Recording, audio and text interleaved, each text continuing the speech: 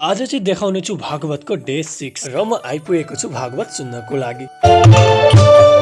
यो मेरो मनको रतलाई जगेरा काटल पडछ र अहिले चाहिँ कथामा श्रीकृष्णजी गोपिनीहरूलाई छोडेर मथुरा जानको लागि निस्किनु भएको रहेछ र गोपिनीहरूले चाहिँ श्रीकृष्णजीलाई नजानु भन्नको लागि के भन्नुभयो त्यो गीत माध्यमद्वारा भन्नुहुँदै। अनि एकछिन बाहिरतिर निस्केर आएको यता धेरै साथीहरू आएका रहन् बाटोमा र यहाँ आएर एकछिन बातचित गर्छ। अब चाहिँ श्रीकृष्णले कंसलाई मार्ने बेला भएको रहेछ र कसरी के भन्नुभएको छ त गुरुजीको माध्यम सुन्नु होला। मेरे पिताजी को कष्ट दिया, इसी पापी ने क्या किया, मेरे दादा परदादा को कष्ट दिया, इसने गोपियों को कष्ट दिया।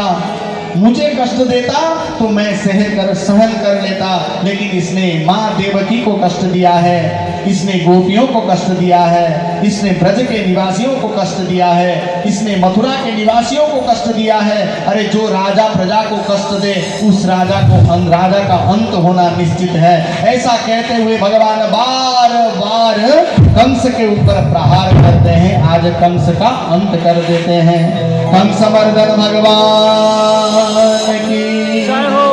अब चाहिँ समय भएको छ श्रीकृष्णजीको रुक्मिणीसँग विवाह गर्ने र यता चाहिँ श्रीकृष्णजी पनि आइपुग्नु भएको छ। अब चाहिँ वरमालाको बेला भइसकेको छ र रुक्मिणीजी श्रीकृष्णजीको परिक्रमा गर्नु हुँदैछ र अब चाहिँ रुक्मिणीजीले श्रीकृष्णजीलाई र श्रीकृष्णजीले रुक्मिणीजीलाई माला लगाइदिनु हुन्छ र रुक्मिणीजीले श्रीकृष्णजीको खुट्टा ढोगेर आशीर्वाद लिनुहुन्छ र यता विवाह पनि सम्पन्न भइसक्यो। अब हामीहरू अरूको बिहेमा त नाचेर आनन्द लिन्छौँ भने झन् श्रीकृष्णजीको विवाहमा किन ननाच्ने भन्दै हामीहरू फुर्ती गर्दै आनन्द गर्दै नाच्न थाल्छ। र आजको ब्लगलाई पनि म यतिमै समाप्त गर्छु। जय श्री राम।